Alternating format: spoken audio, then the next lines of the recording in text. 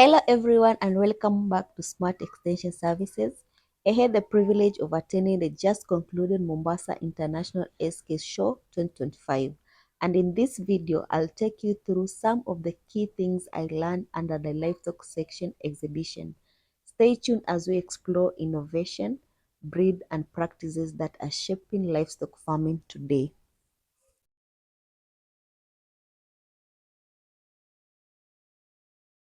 Let us begin with the dairy breeds, and the dairy breeds would had different classes, and one of the class was Asher, Fresian, Gazi, Brown Swiss, Jersey, Sihol, and dairy crosses from large-scale farmers and small-scale farmers. During judging, these cattle were further grouped into classes of animals that were any age and also in milk, and another group of class were any age of animals that were dry and in calf, and we also had an heifer class that was over 18 months and another class of under 18 months. So grouping the animal in those classes helped the judges to determine the dairy traits from each from each section so that they can compete amongst themselves, and the animal that portrayed better qualities or better characteristics of dairy won under those different classes. One of the characteristics the judges were looking was the body shape. The shape of a dairy cow should be wedge shaped. Another trait the judges were looking is the udder, and a good udder has the following characteristics: the size and shape. The size should be large and also should have a bigger capacity, should be symmetrical, well balanced in both sides, and also the quarters. The other quarters should be divided into 4 quarters, each with its own teeth and milking secret tissue.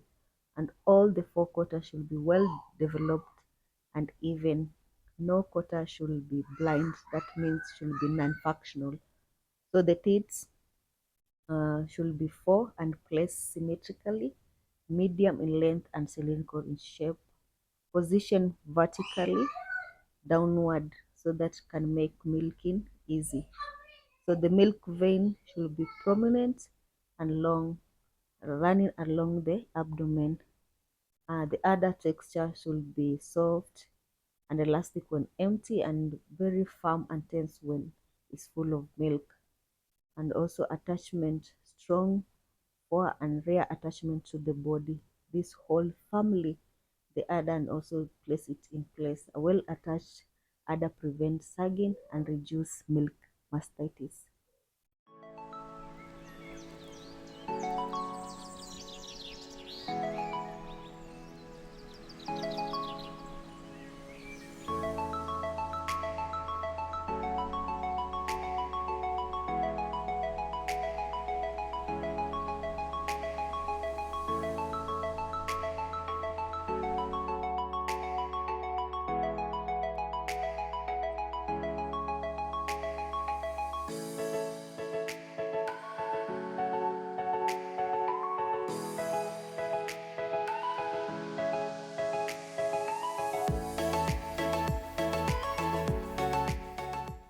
And the bull section, there are several bulls that were exhibited, and one of them was Boran bull, followed by Santa Gertrude's bull, Charolais bull, Chianina bull.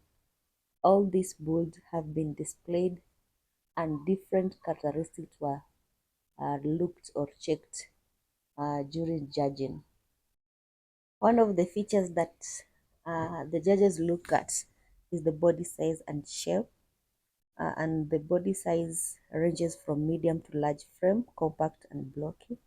Body appears thicker and more muscular than dairy bulls, and it usually have short legs relatively to body size, giving a stocky look.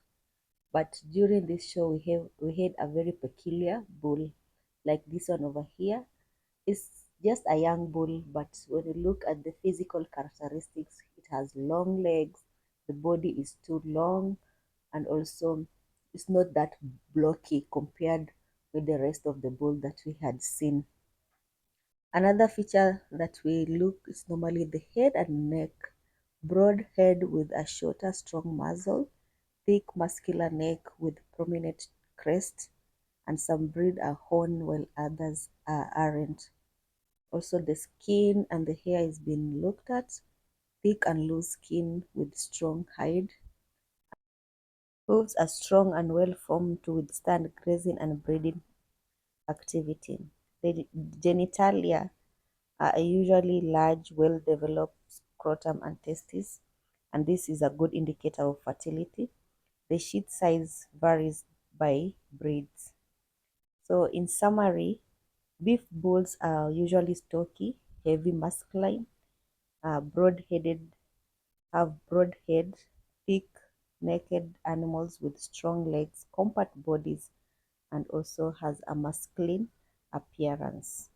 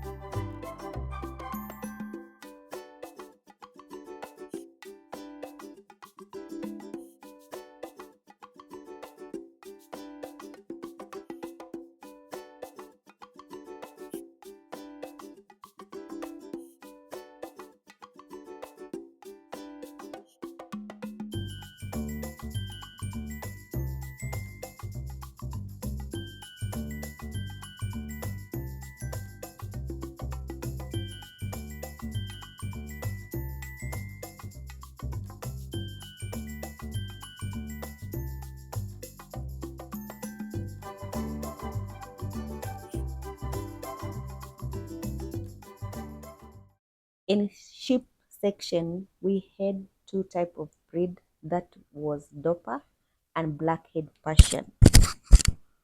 So in this section, the sheep were grouped in different categories or classes. That is ram. Ram, we refer to the male sheep. So the ram were grouped. Those one had 4 teeth and over. There was another section had ram that had 1 to 3 pair of teeth. A ram that was a lamb, and it had a category of milk teeth. The ewe, that refers to the female sheep, one that had 4 teeth and over. Another category of the female pair is that one had 1 to 3 pair of teeth. So under a lamb, we had those that had milk teeth that were grouped into 3 rams of female lambs, and a group of 1 ram and 2 ewes with 4 teeth and over.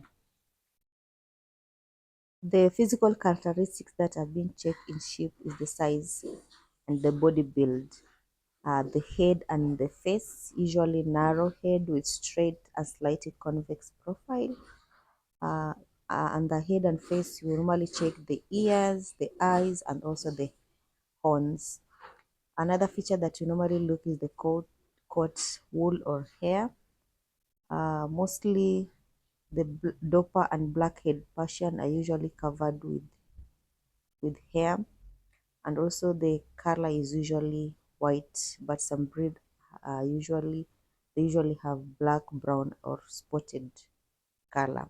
The neck and the body, it usually have short neck blending into the shoulders, broader chest in meat breeds, and narrow in wool breeds. But in our case, we had meat breeds. The legs and feet usually ranges from short to medium length,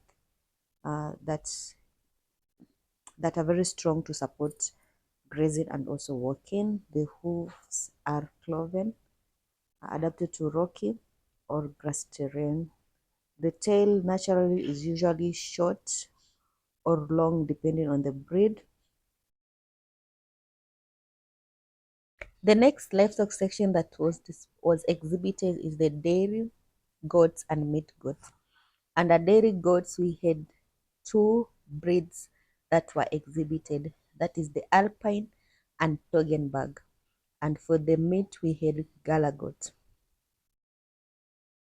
Like all other livestock species, these are the physical characteristics that you normally look in dairy goats. The body size and shape. The body size should be medium and also wedge-shaped. Narrow, wedge-shaped meaning that narrow in front, broader towards the rear. And most of them are usually more angular and less masculine than meat goat. Also, the head and the neck, head should be narrow, refined, and feminine. In those mean the female goat, and more masculine in backs. Backs are the male goat. So the ears, depending on the breed, some are long and pendulous, and while some are erect. And also the neck usually long and thin, often with wattles that are small fleshy appendages, and usually this one you normally see them in Toggenburg breed.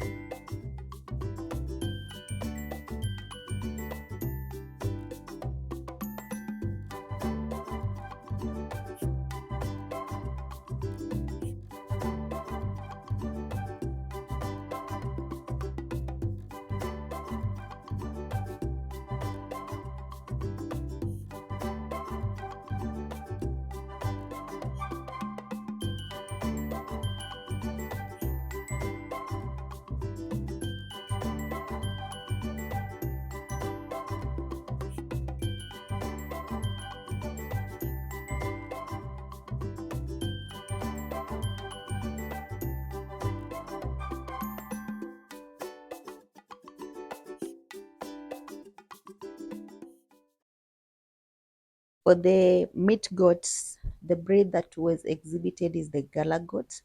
And for the Gala goat, it usually has a distinctive feature of a typically pure white coat color, but with the extremities of black color. That is, the muzzle is black, the ears are black, and beneath the tail is usually black. That is the skin pigmentation. And this is usually to protect against sunburn. And also the size and the body usually ranges from medium to large, size, and the body is usually compact, deep, with well-fleshed, giving a strong appearance compared to the dairy goat. And also the head and the neck. Head is medium size with a straight profile. Both sexes may have horns and usually have long pendulous ears, that is dropping ears, and that is usually a very key features. The backs are more robust with heavier neck and the beard. Okay, also the legs and the feet are usually long, strong legs suitable for walking long distances in arid areas. Hoof are tough and adapted to dry, rocky environment. And their tail is usually short, carried upward. And this one is mostly in most of all the goats.